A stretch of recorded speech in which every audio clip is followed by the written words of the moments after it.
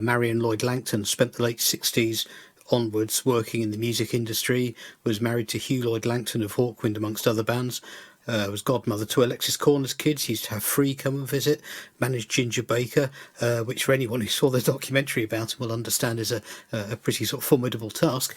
Anyway, thankfully she's written a book about her and Hugh's adventures, and originally the plan was I was going to go and interview Marion about her book, play a few tunes and keep it to an hour as per usual.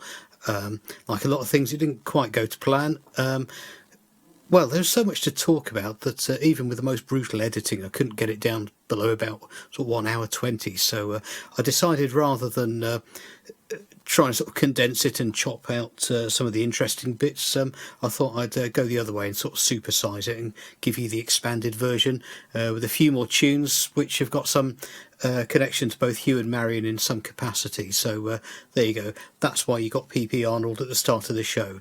And yeah, so we're going to have a few tunes, and then probably about 40 minutes into the show, you'll hear an interview with me and Marion with a few little tunes nestled in there as well. So this next track, this is Alexis Corner's Blues Incorporated with I Want to Put a Tiger in Your Tank from 1964. Obviously I have to warn listeners that putting tigers in tanks is a foolish endeavour, likely to end in considerable mishap. Although having said that, one of my kids jammed a toy in the cassette player of my car and we lived to tell the tale, so maybe I'm being unduly cautious. But hey, you know, if you can reckon you can wrestle a tiger, then crack on. This is Alexis Corner. I put a tiger in your tank. I put a tiger in your tank. I don't care what the people think. I put a tiger in your tank. Well, I love you, baby, but you told me a lie. But you make me feel so dissatisfied.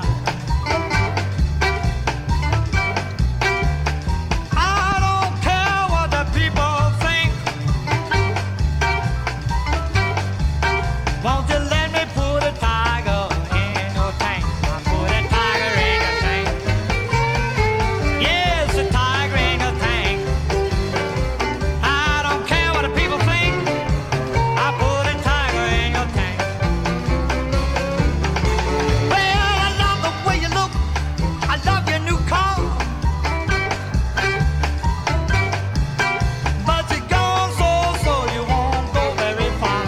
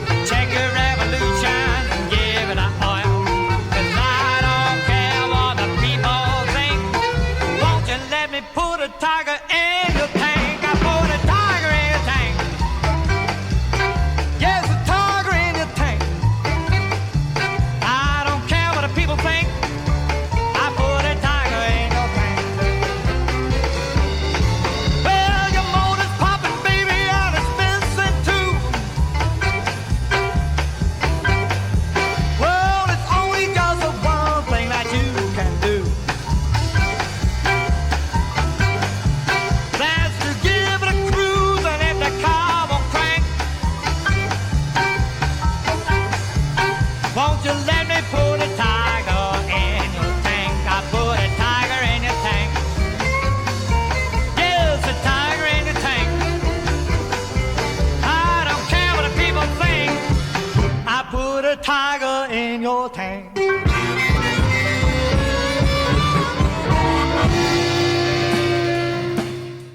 Well, that was the Jimi Hendrix Experience in a fairly playful mood in Paris in 1968 with a version of one of Jimmy's early instrumentals called Driving South. And yeah, it's funny how much the blues changed from Alexis Corner in 1964 to Hendrix in 1968. Yeah, it is kind of quite an entertaining admission from Noel Redding at the end that they'd only just learnt it. It's worth checking out the CD if you can find it. It's got Noel Redding playing lead guitar and Hendrix playing bass on Red House. And yeah, to be fair, Noel does a fantastic job. Although, interestingly, I remember when I kind of asked Huw if he ever saw Hendrix back in the day. I mean, I know Marion did, as she sort of will attest to later.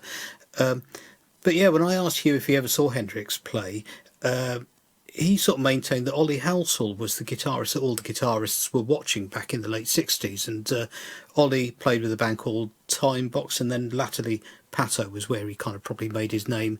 He went on to do stuff with people like Kevin Ayres later on in his career. Very underrated guitarist, and probably paved the way for the whole kind of Alan Holdsworth jazz rock fusion thing of the early 70s. So yeah, see what you think of this. I think he's fantastic. Mind you, I mean, he was sort of banging stuff like Chick Corea as well, which I could never stand. So this is probably about as far as I go with jazz rock. This is Pato with Give It All Away. Do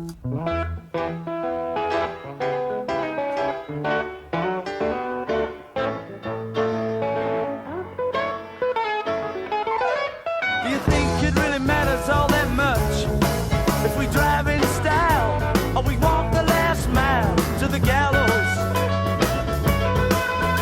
Do you try to makes no difference to be told that you're just too late, but the hangman couldn't wait till the morning?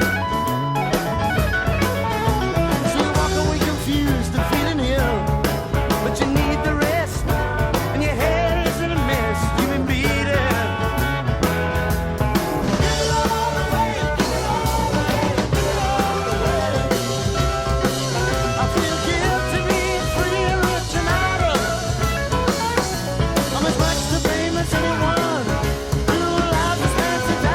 Cause it might be just I'm the wrong man.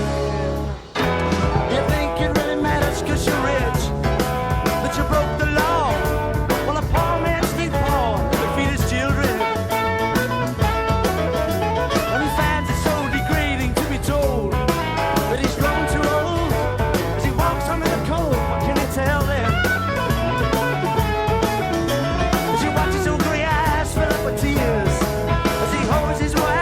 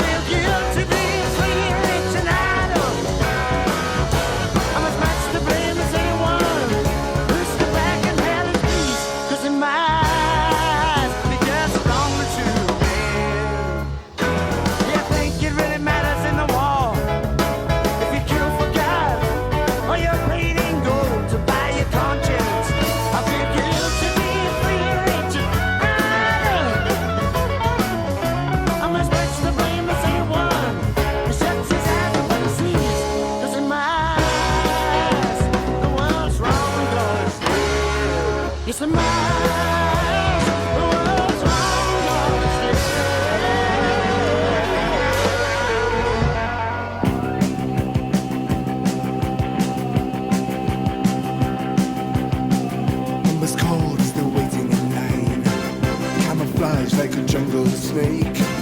Acting tough, just a nerve till they start to break. Then the rough and the rush of the adrenaline, holding guard to a world unseen. The only sound is the pounding of the great machine. The secret's only for a few. Superpower looks down on you. Someone watching every move. If you break the lock and turn on the light, you'll know your danger, feelings are right. If you try to run or put up a fight, you'll be shot down in the night. Shot down in the night. Shot down in the night. Shot down like an animal.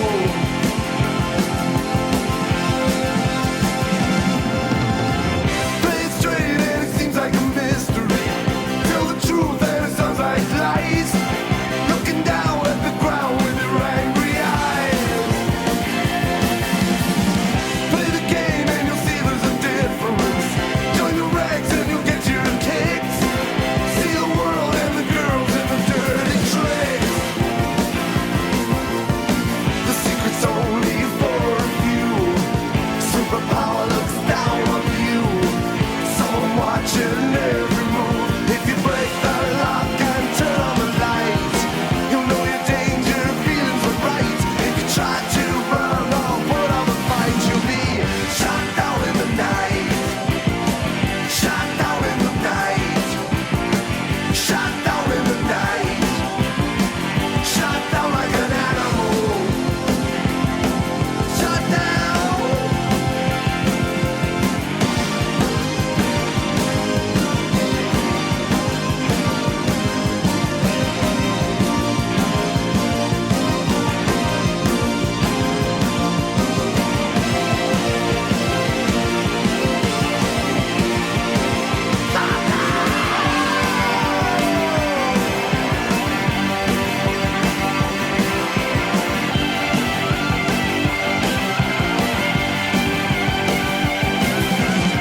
Shot down in the night.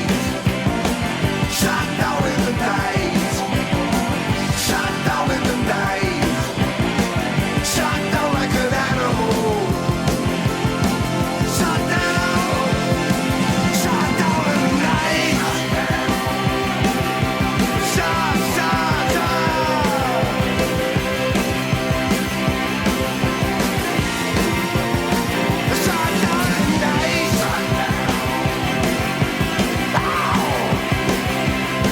It's just a shut down in the night. Shut down in the night.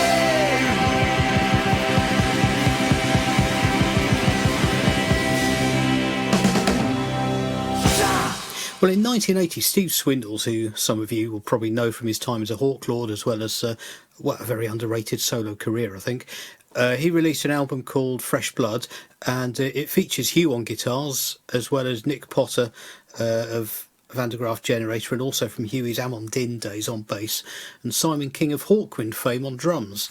And that was Steve's version of Shot Down in the Night, which he originally wrote for Hawkwind before leaving them, although it obviously Hawkwind continued to play it. But the whole Fresh Blood album is well worth a listen, actually. It's a really interesting kind of new wave kind of thing.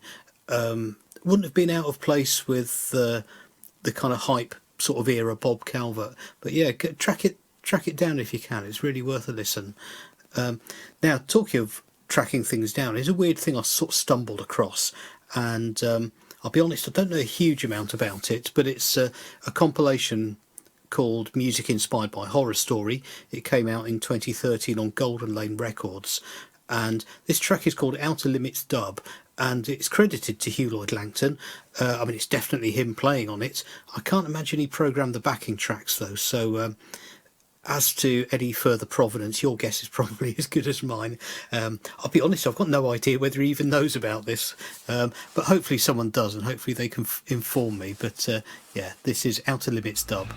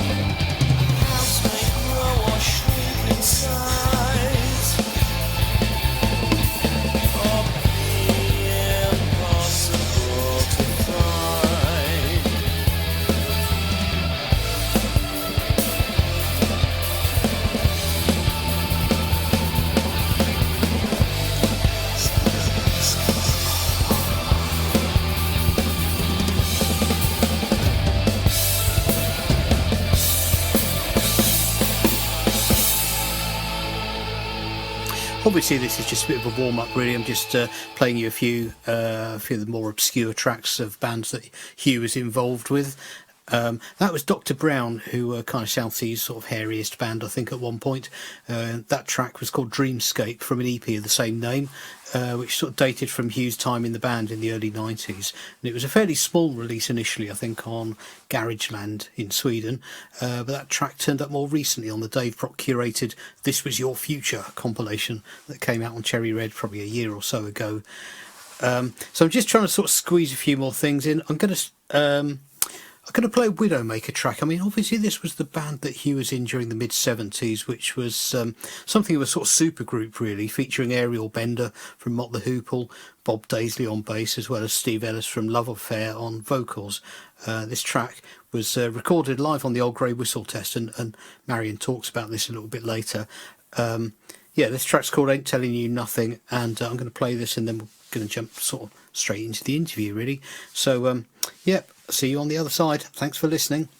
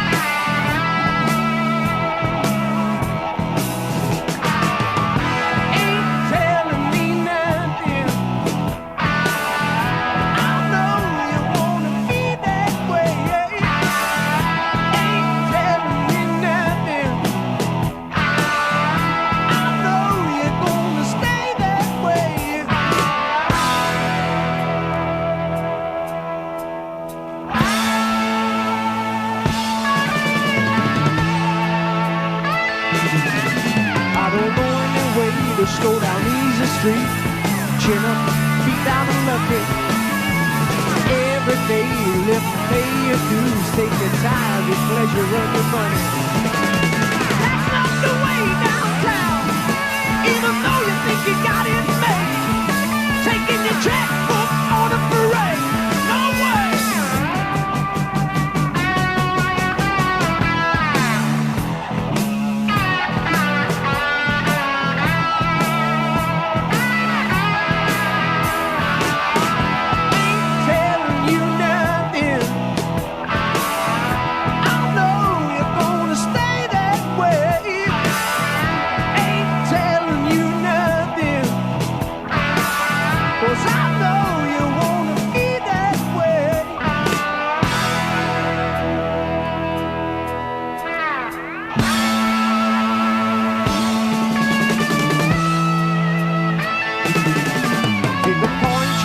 Down in the avenue, signposted this way, Mr. Lucky. Just pick up your phone, give me a call. I'll be thankful, grateful, and happy. It'll be so nice to be back home after living my life alone, with my clothes wet, drenched to the bone.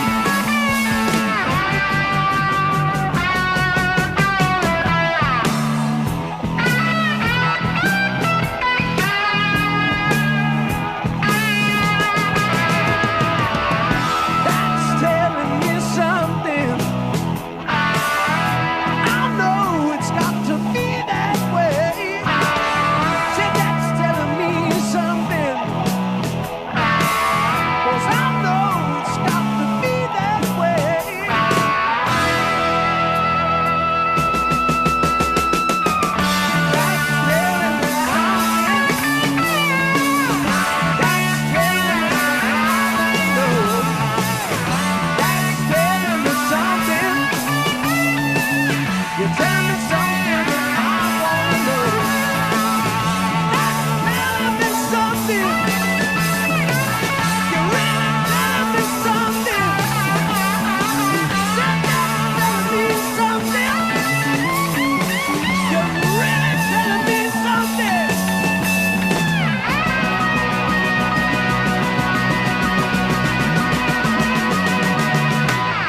Very excited this week because I've managed to get in touch with Marion Lloyd-Langton, who's recently written her memoirs of herself and her late husband Huw. I dropped her a line and said, I'd love to come and talk to you about some of these stories, the things that you got up to, and she said yes, so here I am. We're sort of sat in Marion's living room.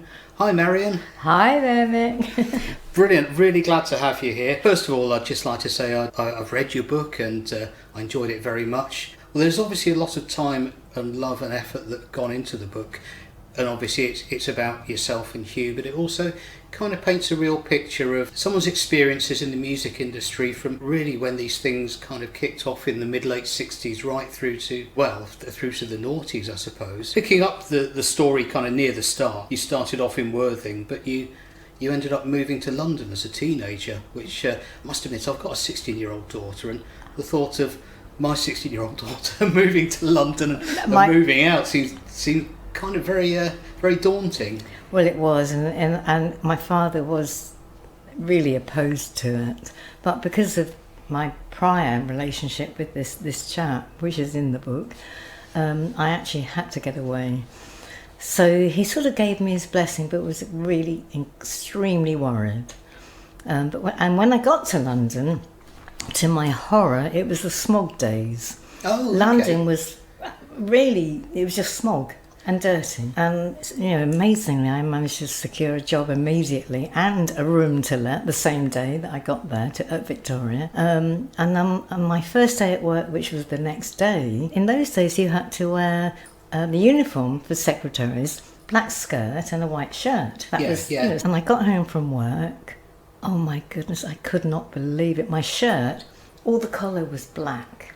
From the smog? From the smog, which it seeped into everything.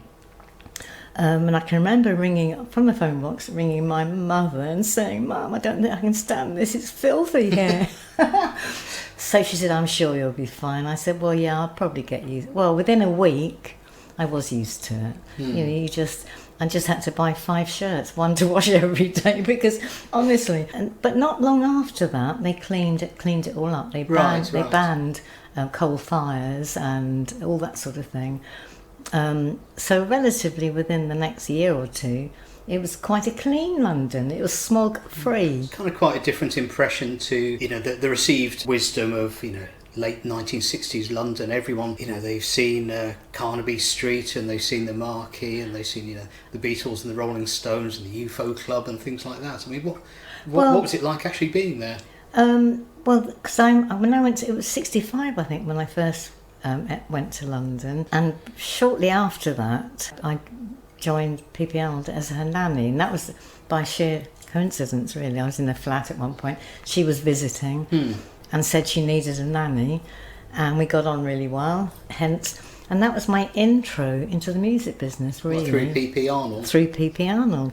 Although the flat that a room I rented, I'd moved from Hammersmith to Shepherd's Bush, to this flat where I rented a room from a girl I worked with at the High Group, Susie. It was her boyfriend's house, and they were regular visits, all these musicians. Of course, I'm a young country girl. I had no idea about the music business or would-be pop stars, rock stars, none at all. So all the people that visited, I had no idea.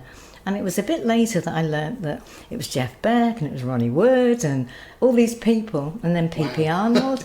Being a little country girl, I was unaware and amazed, because all of them, Ronnie Wood, Jeff Beck, and there were several others, you knew there would be stars. And at that point, Ronnie was he had a band, I think actually it was with Rod Stewart. They go to Germany and do covers. But there was something about all of them that was magic. I was enthralled, thinking, gosh, look at these people, they're real musicians. So I guess although they're household names now, at the time, they weren't. They wouldn't have been. They wouldn't have necessarily have records or TV. Although appearances. Pat did, she had a #1 hit with First Cut Is the Deepest, which Rod covered later as well, I think. That's right, he did. But she was the only one I knew because I'd heard her record. The others I didn't know, but there was something magical about that period, and it was the flower power period where very few drugs though. It wasn't a druggy orientated Right. scenario, really. Quite the opposite, honestly. I guess the history of that period's been sort of revised and embellished over the years a little bit. I think so, because we certainly didn't imbibe in any heavy drugs whatsoever. Coke wasn't around. Heroin was actually seen as a no-no. You know, you had nothing to do with it. That was simply seen as, you know, somewhere nobody went. Yeah. But it was a fantastic period, though, because that's where I saw Jimi Hendrix at the Marquee Club, and he was amazing, absolutely amazing. And that, really, apart from P.P. Arnold, he was the person that got me into music, to be honest. Okay. A completely different type. Well, same here, really. Yes, yeah. Well, up till then, you had, you know, your Cliff Richards and you had your pop music, really. Yeah. And it was great in its own way, but when Jimi Hendrix arrived in England with this amazing guitar work, and the music is something I'd never heard before. You know, I like blues, but Jimmy took it to another stage, really. Yeah. I bet it must have been It was, quite amazing. really exciting, very, very exciting. I saw some fantastic bands at the Marquee Club and the Country Club. Yeah, it was a magic era, really.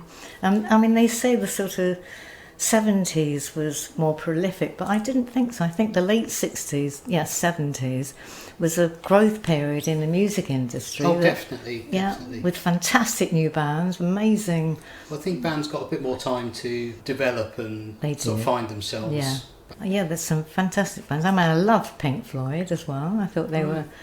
Where did you see them? And that was at the Wembley Arena, actually. Okay. But that was a bit later. I think that would have been late 70s, to be honest. I saw Bowie at the Roundhouse, and he was just starting out then, but he was amazing, because I'd seen him when he did his miming. Mime stuff. As a mime artist, I've never seen anything like him. Was he good? Middle-earth. Oh, was Bowie good? Absolutely fantastic. Well, I mean, in his sort of subsequent career, people mention the fact that he was a mime artist and he'd sort of studied under this mime chap, but no one ever talks about it very much. Oh, well, he would appear, I think it was a Sunday at the Middle-earth that he'd perform. He'd have, the whole audience would be captivated. He was amazing, absolutely amazing. So all these people, they had the skills and the charisma and the charm even back then. Oh yes. I must admit I wasn't very impressed of his band at the Roundhouse, but having said that, though, he just started out in the music business, and you know what he progressed onto was fantastic. You know, real artist in his own right. So apart from his mime work, which I don't think he ever did on stage. I can't recall ever seeing any. No. So I guess at some point you ran into Huw and. Well, yes, that was by coincidence, really. Pat had moved I think she moved to Guildford, and I'd gone back into the business world as a secretary at the Women's Home Journal, and I happened to I'd collapsed on an escalator, rushed into hospital, and I had this cyst on an ovary. Anyway, I was there for a few weeks. You were then. They didn't. Yeah. Oh, sure. Yeah. Sure. And I was in the coffee lounge, and I met this chap called Tim O'Shea, and we got chatting, and he asked me what I did, and I said, oh, well, formerly I was a secretary and then a nanny for PPR. And he said, oh, really? I said, yeah, she was amazing. I said, but I actually work on Women's Home Journal now as a secretary. So he said, oh, my best friend, Huw, is in Germany at the moment with Winston G, his band. But he's due home soon. I think you two would get on really well. So anyway, a little bit later, he rang me and said, oh, Hugh's coming round at lunchtime. It was a Saturday. Why don't you come and meet him? Oh dear. It was not a good meeting, I can tell. No. I walked in and Huw sat next to Tim, and he took one look at me, and it was this just strange. I thought, oh, that's a strange look. And he wasn't very friendly, and I didn't like the atmosphere, so I only stayed for half an hour and left. And it transpires that Huw said to Tim, "What on earth are you doing with this convent kid, the kid from the convent school?" And Tim said, "What are you talking about? She's nearly 19. She's got a really good job and she rents a flat across the road." And Huw said, "What?" Because Huw said I looked about 12.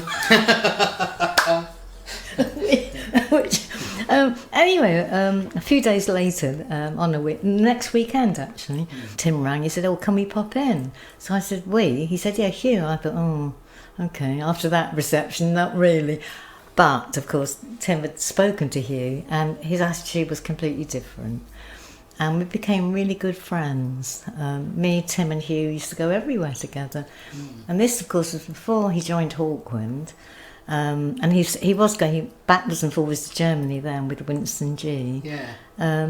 But we remained friends, and it was quite a while later that we became boy and girlfriend. But Right. He said later he was just too young, didn't want commitment, But I really liked him. I think he was a sweet. Once I got to know him, a really sweet lad, very sweet, very honest, very quiet. Very quiet. And Tim, his best friend, was just so lovely. He died at 25, awful. Oh. Yeah, from the worst form of arthritis you can think of. So yes, that's how I met Huw. So, and then I guess where most people might recognise themselves coming into the story, Huw ends up joining Hawkwind in time for the first album. He did. And again, I went to their concerts under the Arches in London, and their very first album, actually, yes, after work I'd go and sit in the studio and watch it all, and I found everything so fascinating.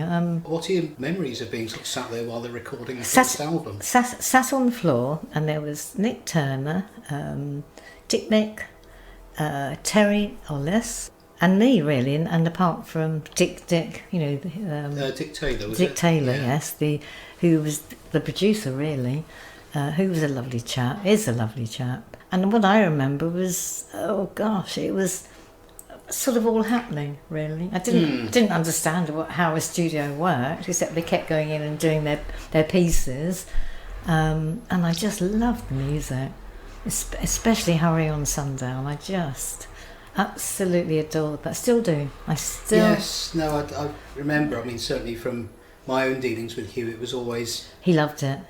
He had a very sort of soft spot for that first album. He loved it. And Levitation, that was the next one. Although he liked all the albums, but they were the two that stuck out mostly in his mind.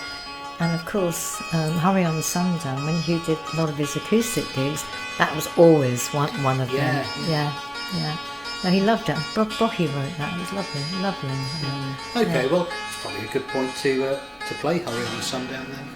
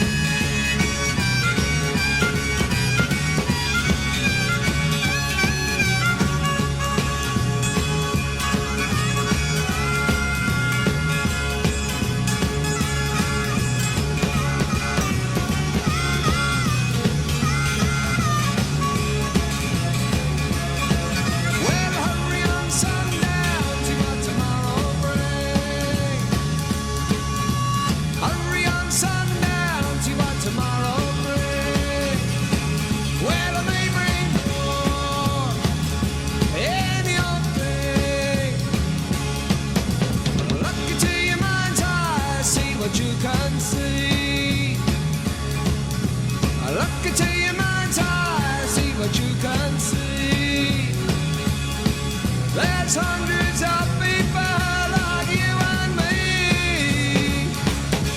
Oh, hungry on sundown, hungry on sundown. Oh, hungry on sundown, hungry on sundown.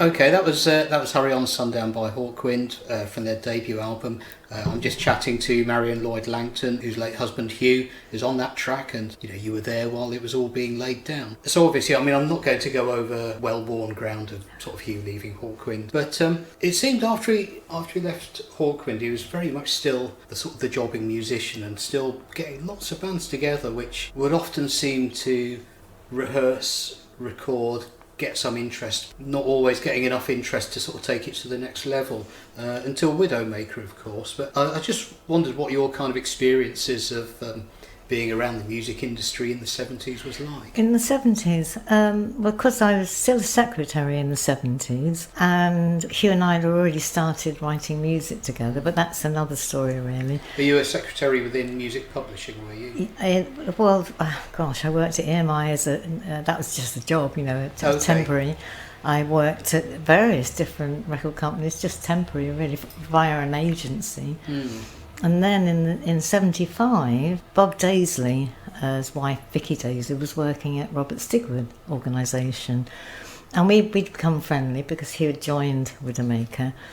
And she called me one day and said, "Marion, they're looking for a switchboard girl at RSO." She said, "It's a great job, it's part-time. You'll be working with me and Laurie. Do you fancy it?" So I said, "Yes, why not?" Huw wasn't very keen because Widowmaker, Don Arden, the manager, paid very good money to the band. And he said, "But you don't need to work." And I said, "I do." I said, "I don't really like sitting around, Huw."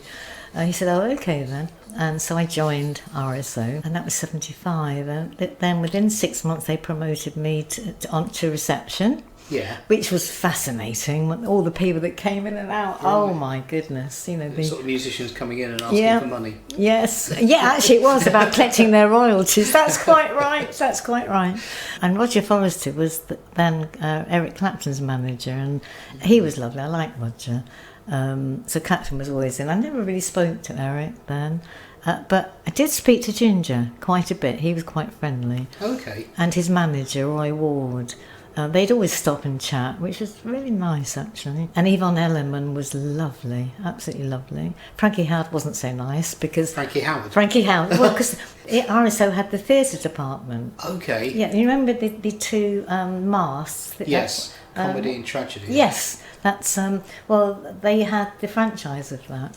And Frankie Howard was one of their people that was contracted to Stigwood. So, yes, he was. I never spoke to him. He was a character, shall we say? Yeah, and I think even more so than musicians. I think comedians and actors, because they're, it's a one-man show, isn't it? Really, so they're having to represent themselves all the time. Yes. Mickey Dolan was the one that I really liked. He came in from the Monkees. Oh yes. And he was chatty and funny, and it was sweet, really, really nice. I don't know what he came in for. Perhaps he had a contract with them, or don't know. But he stopped and chatted, and and I was amazed, sitting there thinking, this is Mickey Dolan from the Monkees. Wow. Oh dear. So I guess, Bob Daisley's obviously become very much a household name through all the things he did with, I don't know, Rainbow and Ozzy Osbourne, things like that. Yes. But was he, what was he known for at the time when you met him? Had he done very much by then? Yes, he certainly had been with a number one band. Okay. I think perhaps look it up. Because I'll go and look it up. But when Widowmaker formed, we didn't know Bob then, and Huw had just met him really. Yeah. And it was before he became really famous with Ozzy, etc., etc. Obviously he's done fantastically well. He's written books, or a book anyway as well. But it was Luther that we knew, and Steve Ellis, obviously, Love Affair. Right, so you had Luther Grosvenor from Not the Hoople, and Steve Ellis from... Yes. Was he Love Affair? Love Affair, definitely Love Affair. And Steeler's Wheel was also, wasn't he? Was Steeler's Wheel Luther? I often get the impression from when he used to chat to Hughie that Widowmaker were the band he felt should have made it, or that they were the biggest chance. They were a fantastic band. They really, and Don had put £250,000 into it. Wow. He was really behind it. It was just so sad that personalities, it wasn't within the band. I found out why Steve actually left. He wouldn't talk about it, but I think he'd fallen out with Don or Sharon. He suddenly, at the end of the tour, flew back to England without the band, and we were told that's it. You hear a lot of stories about Don Arden and Sharon. I get the impression that if they were on your side, they were wonderful. I've got to tell you, Don Arden with Huw and me was fantastic. Absolutely fantastic. We had no quarrels with him. We never fell out with him. And we often used to go over to Wimbledon. And his son, David, was lovely too. We never fell out with them. We thought Don was great. What isn't known is that when John Butler replaced Steve Ellis, and John was a great singer, very young then, of course, and Huw had worked with him before anyway, which they didn't know about. Great singer, and by the end of that next year, the tour 2 years later, the band was phenomenal, absolutely phenomenal. As John Butler says in my book, actually, he talks about it. Yeah. I think there's a little bit of footage of them on the Old Grey Whistle. There is. But it's difficult trying to explain to kids today that you just didn't video everything back then, or you didn't even record everything back then, so there's very, very little kind of footage of them. There's Widowmaker and Leo Sayer, and they often showed Old Grey Whistle Test. Often showed Widowmaker and Leo Sayer on the same programme. Oh, do they? On New Year's Eve, which was. Obviously Hugh's busy carving out a career for himself as a guitarist, but the songwriting, you were kind of involved in that quite early on. Yes, because in '71 we married October '71. And not long after that, I had contracted hepatitis. They called it yellow jaundice then, because there wasn't the A, B, C, D strains. Yeah. I contracted it. Huw didn't.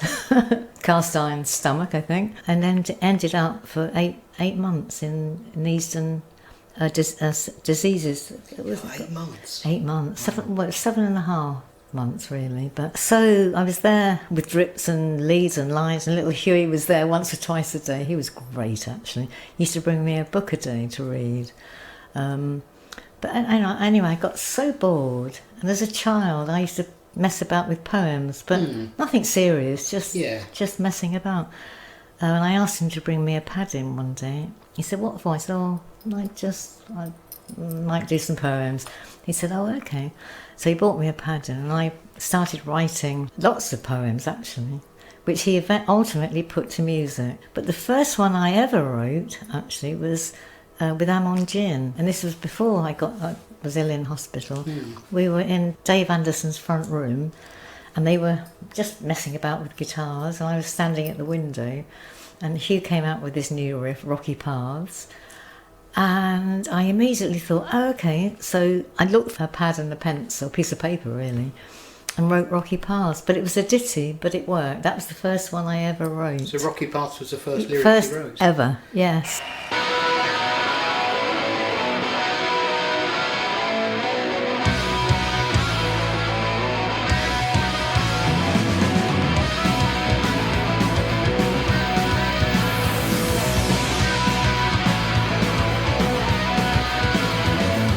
Rocky paths winding round, inspiration is to be found. Following us now is sound, coming from the ground. Keeping up an open mind, in everyone you will find the path to have to climb. The balls will up by time.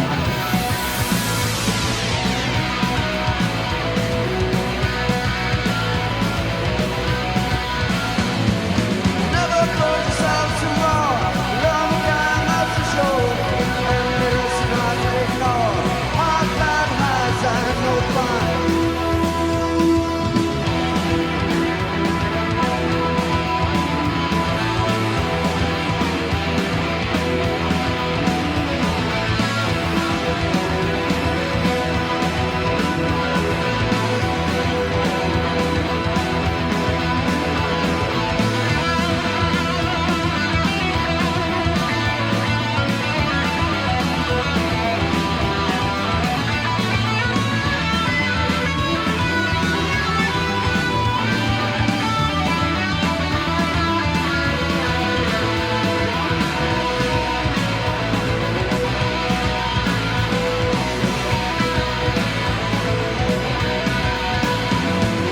Rocky paths winding round, inspiration is to be found.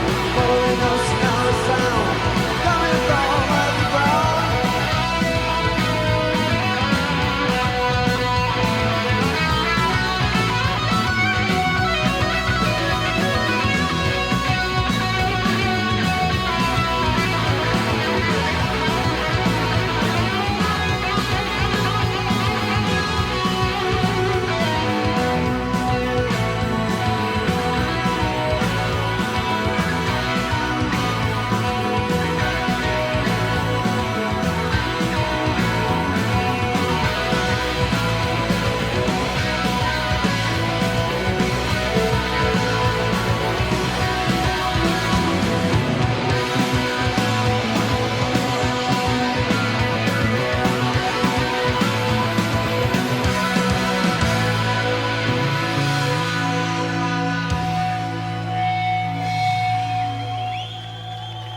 So it was in hospital that I was sort of inspired to write lots of poems, and I used to write them for the nurses as well. Oh, really? Yeah. Or they say, "What are you doing?" And I give it to them, and they say, "Oh, can you do me a copy, please?" So yeah, they were love poems and different things really. But not waiting for tomorrow. My eyes see only the sea was one of those, which Huw loved. But he said at that time, because I hadn't really, apart from Rocky Paths, he said you need to write lyrically, not poetically.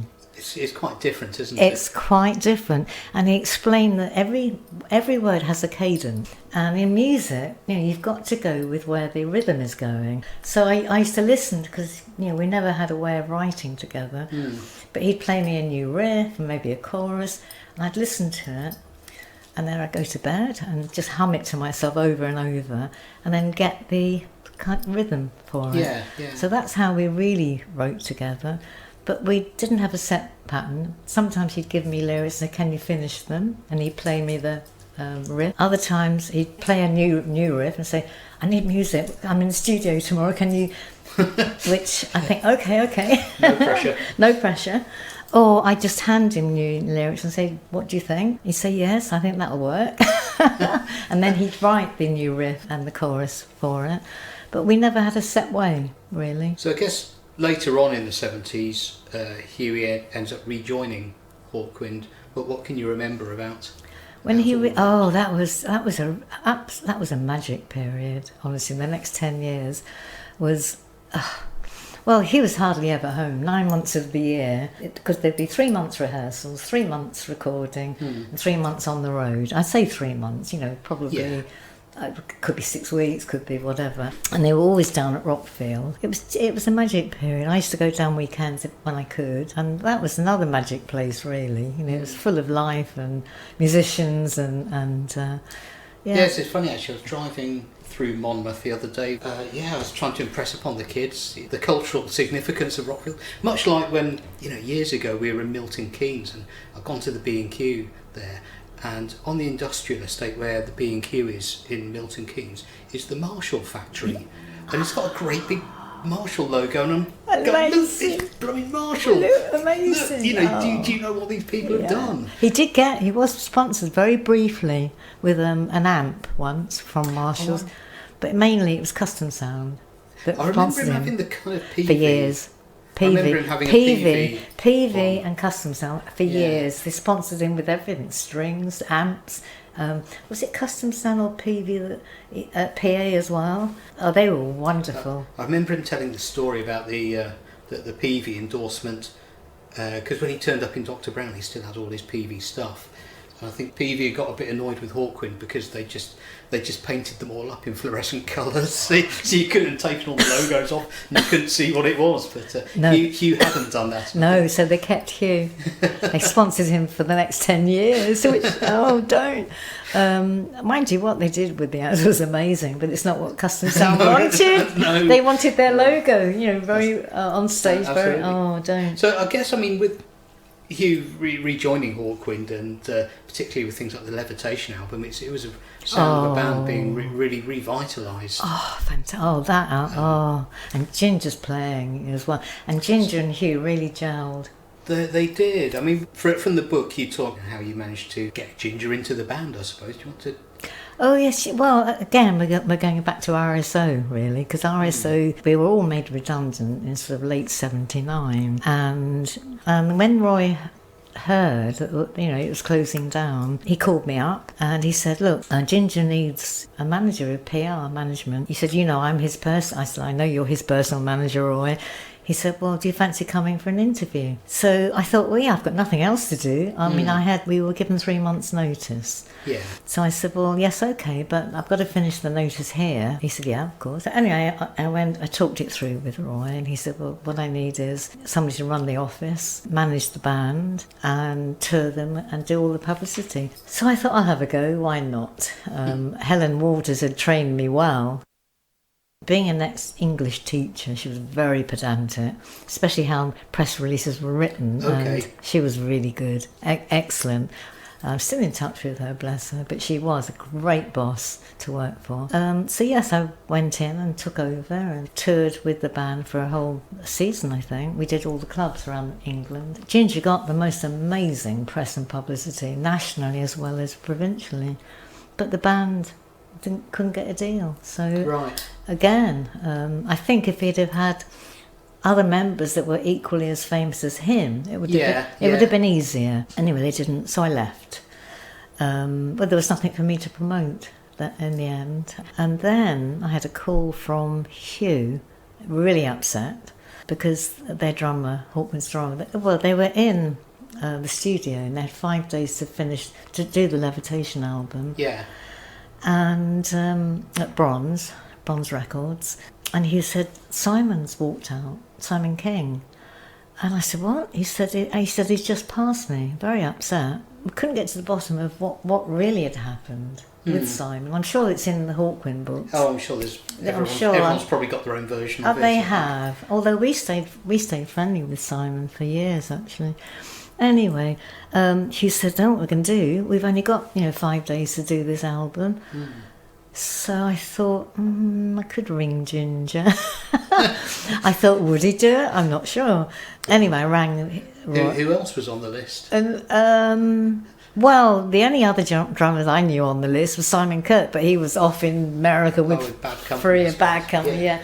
But no, Ginger was really the only one I thought of that I thought would work with them, because Ginger could play anything. Oh, absolutely. He was world class. He jazz, rock, blue, anything. It sounds like he was a musician in need of a job at the time. So. Well, he wasn't doing a lot. That was the funny thing. And I rang Roy and said, Roy, I've got a proposition for Ginger if you'd run it by him. He said, well, what is it? I said, well, it's 5 days in the studio with Hawkwind. Their drummer's gone. He's left. So we're in a bit of a fix. Run it by him and see if he's interested. So anyway, Roy came back. Or I might have been Ginger actually. Rang. Said, yeah, I'll do it. I want 5 musicians union rate and porterage.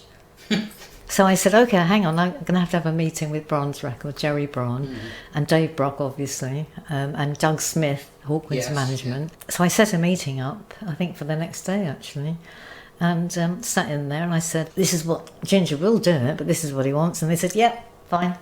To be honest, listening to the record now, I think they got a bloody good deal. It was cheap at the price. You must, seriously. He could have asked for 10 times, I think, and he would have got it. Well, it sounds like he could have named his price. Really. He could have done. Yeah. And that actually, then Doug Smith pulled out of managing the band just before this major tour, and Ginger agreed to do the tour, but I wasn't working then for Ginger and Roy. I put him in the band or help. So then I got a call from Roy saying, Marion, help. So I said, what? He said, Doug Smith's pulled out. We've got this major tour in 5 weeks. Everything's been cancelled, the lighting, the hotels. And he said, could you come in and take it over? Well, this is the interesting thing, because although Doug Smith and latterly Chris have always been seen as the Hawkwind managers, Doug Smith always seemed to kind of come and go when things got a bit hairy. He'd sort of disappear for a bit. You've managed them on and off back since sort of 1971 I had, or so? Yeah, occasionally I certainly managed that tour, and I did publicity and bits and pieces, but Doug was in and out really. And in fact it was in the Record Collector magazine last June where Doug had said to the band when he pulled out of that tour, you're not going anywhere, I don't see the point, and he just pulled out. Well, Dave corroborated it in the Record Collector Hawkwind special, it was in the magazine last June, and said yes, that's correct, that's what he did say. I mean, I never heard him say it, but it was corroborated by Dave Brock.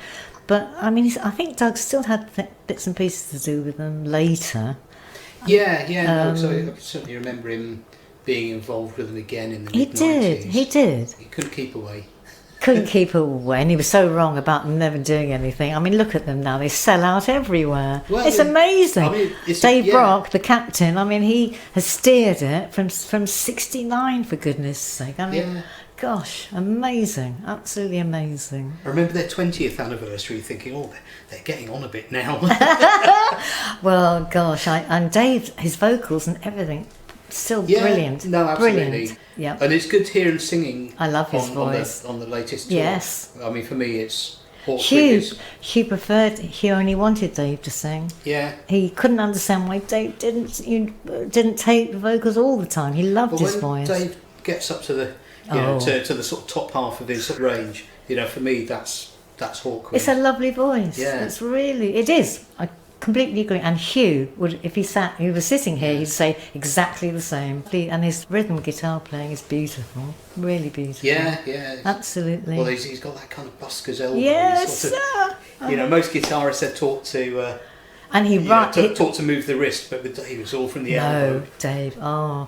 And the songs he writes are fantastic, everything really, yeah. Obviously, busy old time really, because as well as being in Hawkwind through the 80s, there was the Lloyd-Langton group as well. LLG. That was because Hawkwind were really busy for 9 months of the year. That was X'd out. But he would be home, twiddling his thumbs, sort of, knee jogging. Yeah. And I sort of said to him, we could always put a little rock band together for the clubs while you're not working. And he said, yeah, okay. So because then, yeah, it was press promotion, all of that, and I managed all of his different LLGs. You know, there were various good musicians though. John Inglewood was once in there, and Warren Cann, Ultravolts, and Rob Rawlinson, you know, Overnight Angels, and John Clark, the drummer. He's a great drummer. He's still drumming. He's still working really hard. And then of course Kenny Wilson, bless his heart, who died a couple of years ago now of same disease, esophageal cancer, same as Huw. But Kenny, amazing. Huw often said not the best bass player in the world, but the best musician you could ever have on the road. He was a comedian. See, if only Ginger Baker had said that about Harvey. I loved Harvey. I thought he was the most melodic bass player. And he was a gentleman. Yes, gentleman. Yes, he could have been the 14th Doctor. He could, yes, he could have. Oh, we liked Harvey, actually, bless him. No, that was pretty cool, and it really was a question when Ginger fell out with Harvey badly, that it was either Ginger or Harvey, and of course consensus was Ginger had to go, which, yeah. Yeah, well, I think it was almost certainly the right decision in the long term. Well, it was. I mean, yes, it definitely was. Anyway, I don't want to anyway, get no, too much that's into right. that, No. It's been written about anyway. Yeah, it has. So anyway, I was going to get on and play another track. I was going to play a Lloyd-Langton Group track this time. I was going to play Got Your Number, which I guess it was always one of my favourites of Huw's. Well, I know, and you know, the marvellous thing is, when Kate Bush had her number one hit again, when was that? What year was that? About 4 years ago. On these Stranger Things. Yes, on Netflix. Yeah. Well, of course, Got Your Number is one of the tracks on there. Did you know it was going to be on there? No. Adam Valesco from Cherry Red Records, you know, the MD, he rang me, said, "Hey, I hope you're still getting royalties for Got Your Number." I said, "No, we sold it to Cleopatra in America." He said, "Oh, drat." He said, "It's just been on Stranger Things." I said, "Really?" So anyway, I played it. In fact, I was watching Stranger Things. Yeah, and I heard it. I thought, that's rather nice, really. And I was thrilled. But of course, I bet. Yeah, I was thrilled. And I loved that song. Absolutely love it. Because that was about us being Christians. It was about Jesus. About you know. I mean, certainly in my kind of role as a sort of minor footnote in the Lloyd-Langton Group, we always used to start with that one. That was always the first track. Loved it. Loved that number. Still do. Right, well, here's Got Your Number.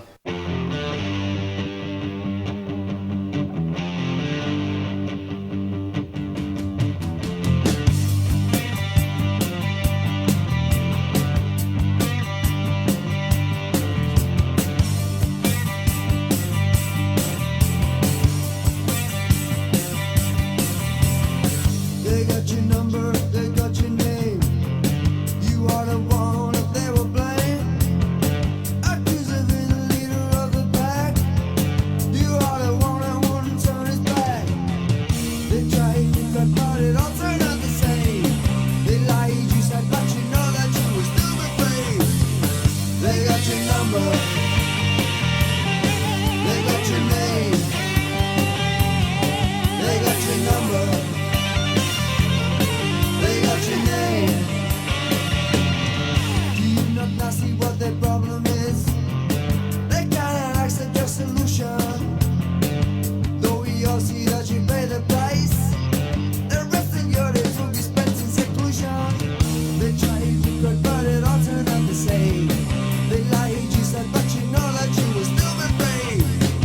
They got your number. They got your name. They got your number. They got your name.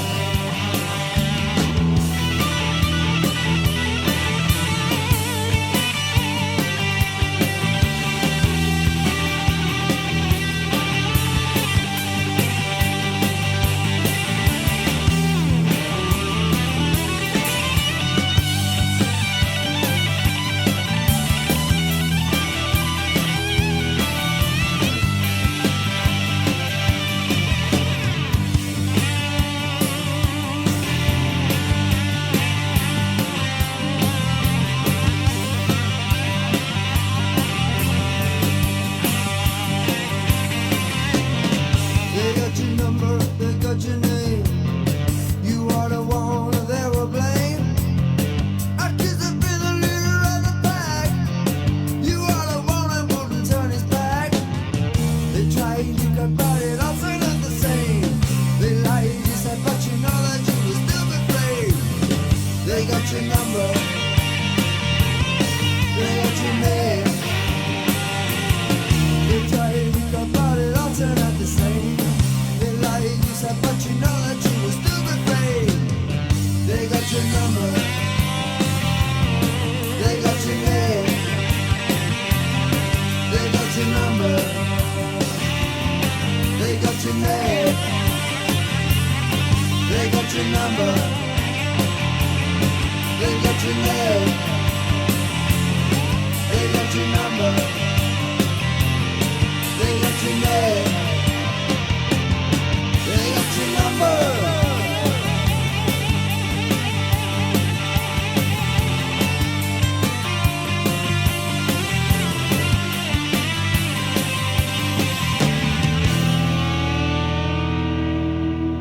I guess that there was a point in the 80s, early 90s. Again, it's a sort of well-trodden path. Huw leaves Hawkwind and ends up playing with all sorts of musicians and ne'er-do-wells such as myself. And then he rejoins Hawkwind for a third time. Yes, yeah.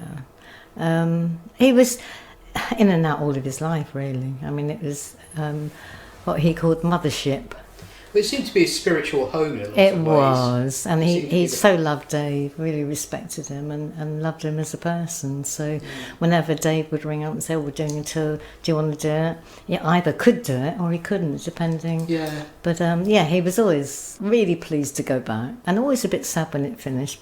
Yeah, it was what it was, really. Well, I guess they went back so far, didn't So they, together? far. Well, Huw met him, of course, when he was, 16, nearly 17. Yeah, yeah. And Dave used to come into Ivan Morant's, where he worked, the music shop, and buy his strings. And they kind of got chatting. And yeah, there's a long, long history, really. Some could say turbulent, but to be honest, that's the music business anyway. Well, I guess so. You get a bunch of people together who are all very creative and precious about what they do, and put them in a van for 5 months at a time. it's no wonder that they can't. Huw used to say it's worse than being married. Oh dear. But he was a road gypsy. He loved being on the road, more than studio, really. Yeah, yeah.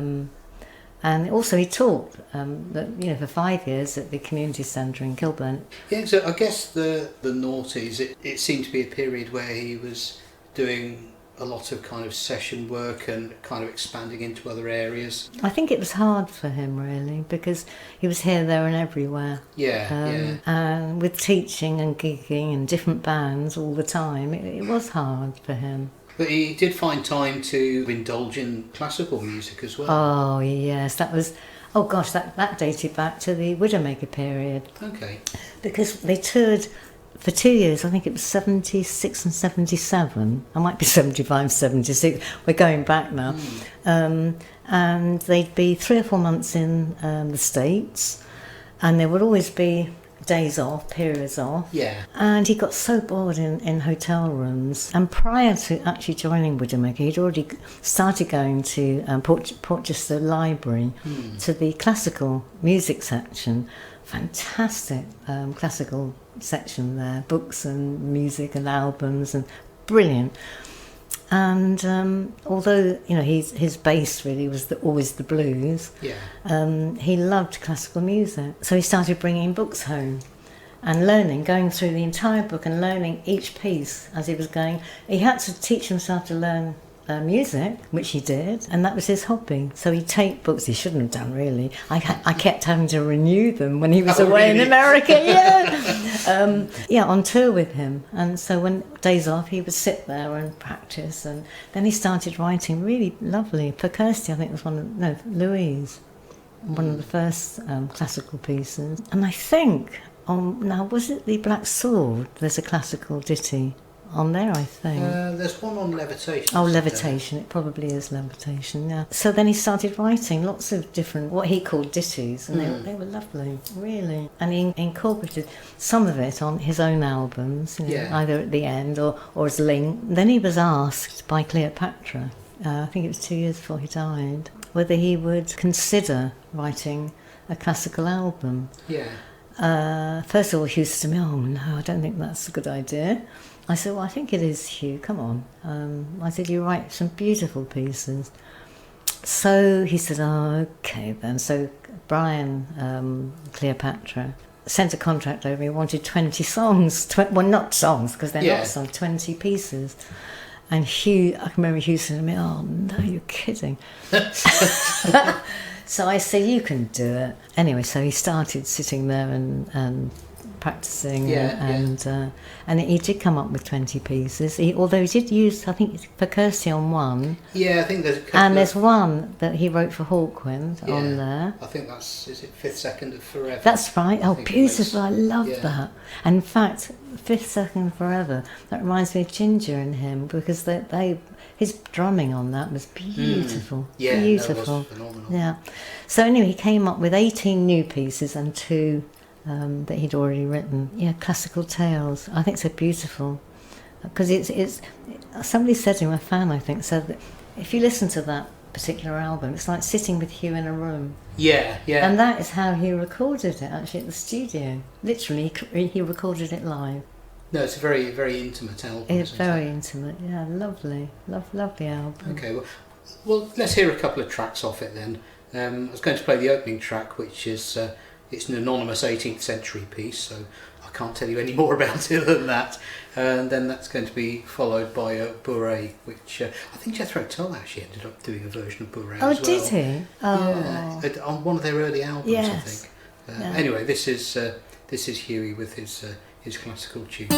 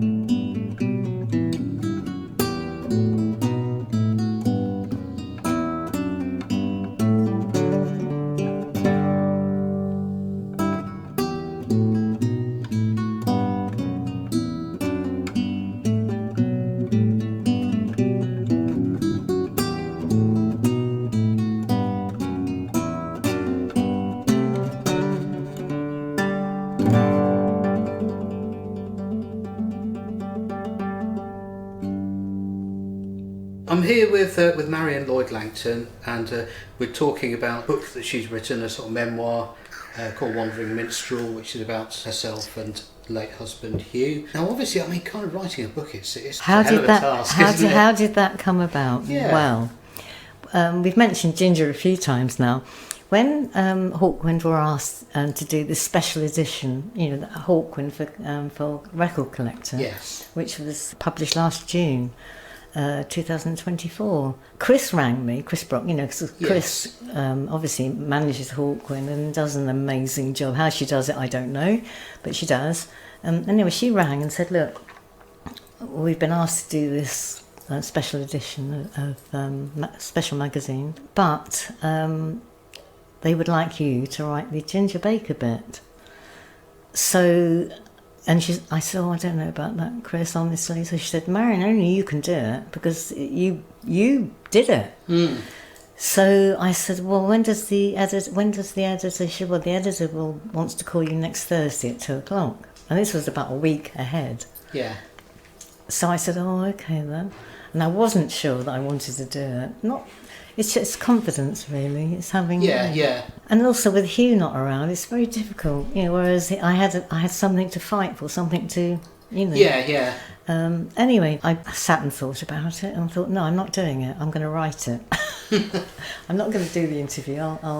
So I sat and wrote what I considered was the article, about that particular period. And fortunately, the editor, Jo Kendall, had emailed me with her email address and the time of the interview. Yes. So I emailed back and said, look, I think this might be appropriate. I don't know what you think. Anyway, she immediately rang me back and said, this is perfect. Every question I was going to ask is in there. Brilliant. And she changed about 2 or 3 words, actually, which was... Pretty good going? Yes. And then she said, and by the way, we love your writing. I said, really? She said, yeah, I think you should write a book, a Huw story. And I said, really? She said, yeah, I do. And anyway, I ran it round by a couple of friends, actually. Adam Velasco-Chola. I said, look, this is what Jo Kent... He said, well, I've just read your article. He said, I agree with her. Do it. That's how it really came about, because somebody inspired me to think about, the reality of doing it. Mm. Having said that, 15 months of an emotional roller coaster, really, because I had to go back through 50 years worth of papers and photos and memories, and I must admit, halfway through I thought, can I really do this? I was feeling a bit, and then I thought, we've started, you've got to finish it. So yeah. Okay, I can imagine it must have been quite overwhelming. It was, yes. Being faced with all those memories. Yes. And then, of course, I realised that the musicians that he worked with, several of them, that were still around and working, or even, I hate to say it, but alive, because it's so many years to go back. Started visiting them. John Lingwood, Manfred's drummer, and Rob Rawlingson, who was in Hunter's Overnight Angels, and John Clark, and Pete Scott, the singer with LLG, and the engineer that he worked with for years, Paul, down in Poole, Paul Smith. But actually that was really enjoyable, going back to seeing our friends and musicians over all the years. Did you find out a lot of things that you'd not previously been aware of through talking to some of these people? I did, and a lot of amusing things. That I didn't put all of it in the book, but I did record the people that I was, I had to edit some of it out because it might have been libelous. But yes, I did. It was also amusing, including you actually, with Dr. Brown. Also the Swedish band, LLG. Lars and Carl Manson. Yeah, they had some very comprehensive memories, didn't they? Very clear. I didn't actually have to edit anything of that. That was as it was. But then Lars, the drummer, very pedantic, very clear. Yes, I'm still. I get quite a few emails from them now. And they've both got the book now as well, which they love. And Lars says he's put 1 or 2 tracks on YouTube. I don't know. Okay. I hope he's allowed.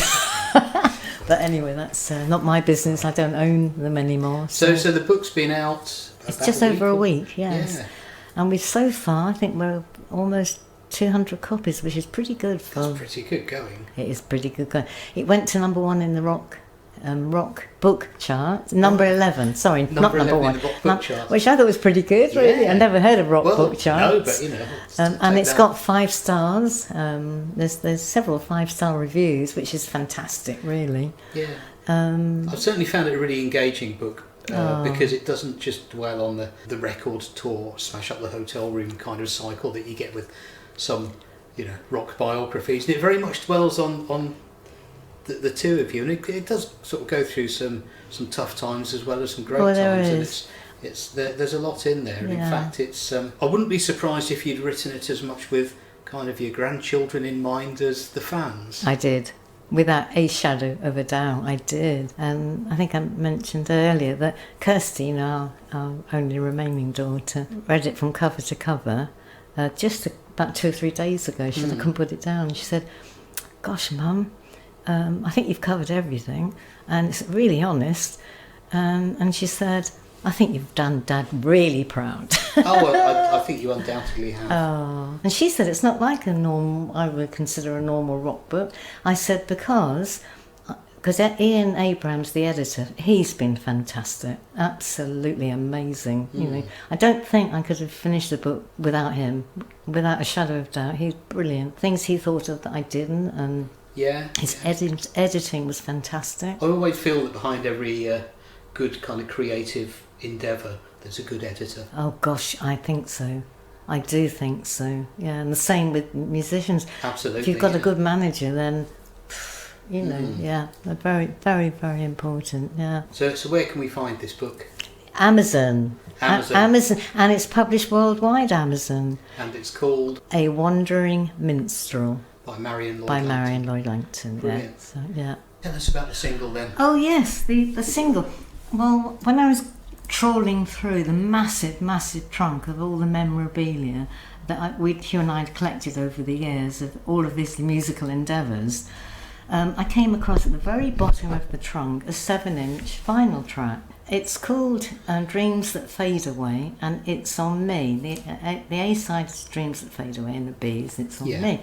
Well, 2 years before Huw died, I didn't want to carry on with our record label, Allegro. Yeah. I didn't actually want to be in the music business, Sure. because we were a team. Yeah. And I said to Huw, look, darling, we've had an offer from Cleopatra Records to buy our entire catalogue. The catalogue that we could sell, certainly not the Hawkwind tracks. Yeah. And tracks where we'd written them direct to EMI or whoever, RCA. I said, but he'd like our entire catalogue. So he said, well, you sure? I said, Huw, I don't want to do it without you. What's the point? What am I promoting? So he said, well, if you think so. So anyway, we sold the entire catalogue to Cleopatra in the USA. And then I came across this vinyl single. So I checked the contract that we'd signed, not on there. And I thought, how is that possible? Then I remembered that in I think it was 84, we'd signed this single to Ultra Noise Records. Yeah. And I'd only signed because of previous mistakes we'd made with albums. Yes. Like Outside the Law. I'd only signed for 3 years. And the publishing the same. So I checked the Cleopatra contract's not on there. I then checked with PRS, MCPS, and they said, well, actually, that it has been signed to a publishing company. I said, well, no. I said, they lost the contract 3 years after I signed it. It was a definite contract. So they said, well, that's absolutely fine. Re-register it as yours now, as a new item. Link it to that. And if they come back, they have to produce a contract, which they won't have, of course. Because I did the artwork and sent that off to them. They've sent it to the pressing plant. And I'm only doing 100 limited edition. It'll be more or less the first people that have bought the book. Right. Or who first come, first served, really. Yeah. I've already So had this is a 7-inch single. But vinyl. It's vinyl only. But it's something that was released in 1986 and yes. not seen the light of day since. Well, in fact, the fans, after about 3 weeks, couldn't get it. Oh, really? I hadn't realised at the time that the record company were in trouble. And so fans said, a few fans got it, and that was that. Nobody could get it. And that's why it went to the bottom of the trunk, really, because I couldn't do anything with it for 3 years. Yeah. And forgot all about it. We both did. Completely forgot about it. Anyway, so I found it, and yes, so it's being released again. But again, it'll be publicised on Huw's own website, the Huw Lloyd-Langton website, with a form. So the first 100 will get it, and that'll be it. It was just kind of a nice thing. When we did the press releases, it mentions it in, and I've had a few fans saying, "Can I buy it now?" And I said, "No, no." Oh, brilliant! Well, that's something to look forward to. There's a bit of controversy about the A. Certain people think it should be the A side should be the B side. Well, I've had labels printed with the A side as the B and vice versa. Okay, yeah. And I'm going to put it in the. So people can make their own choices. Can make their own choices. So, yes, exactly. If whatever you think. Yeah. I guess for younger listeners, records used to have two sides. They would have an A side and a B side. You couldn't put a single on shuffle. You couldn't put it on repeat. And you couldn't download it and put it on your phone. That's true. That's true. I mean, later I might release it as a download rather than, but not yet. It'd be later in the year, and it was sort of a little bonus to go with the book, really. Yeah. I can remember sitting on the stairs thinking, I can't believe this. I can't believe I actually got a single that I can put out, and it's Huw. And the fans couldn't get it in the early days, and yeah. Brilliant. Well, thank you very much for taking the time to talk to me. It's been brilliant. Really enjoyed it, and thank you. Yeah. So I think what I'm going to do, I'm going to play us out with a couple of tracks from the sort of Hawkwind tracks from a BBC concert, and in fact, I mean, after everything that we've talked about, I think it probably sort of sums it up quite nicely. I'm going to play Wastelands of Sleep, which has got that Dave's beautiful high tenor. Oh, it is. It's got an exquisite Ebo solo. It's from beautiful, Huw, yeah. and then it goes into Moonglum, which is kind of a track that it's become iconic, according to Chris Brock. Well, I think it is. Yeah, I mean, I think it's kind of out of all the Lloyd-Langton tracks that Hawkwind did, that seemed to be the one. There was always a bit of a buzz in the 80s when you heard the start of it, and there was. The audience was suddenly whoa. But I don't know. I did often sometimes think there was just you get about 3 or 4 Huey tracks in the middle of a Hawkwind gig, so Dave could go and have a sit down and a bit of a rest. No, I think no. He the one thing about Dave, and I must say this, the way he managed the band on the stage, not managed it, professionally, all the work that went with it, was he really did encourage members of his band to shine. And he really liked them. He was a very good musical director. He was great, and still is, yeah. So no, he wasn't going off to he doesn't smoke anyway, but to have a sit down. Perhaps people thought he was, but no, definitely not. He would always be at the side watching. Anyway, without further ado, this is Wastelands of Sleep and Moonglum by Hawkwind. Thank you very much all for listening, and I'll catch you next week.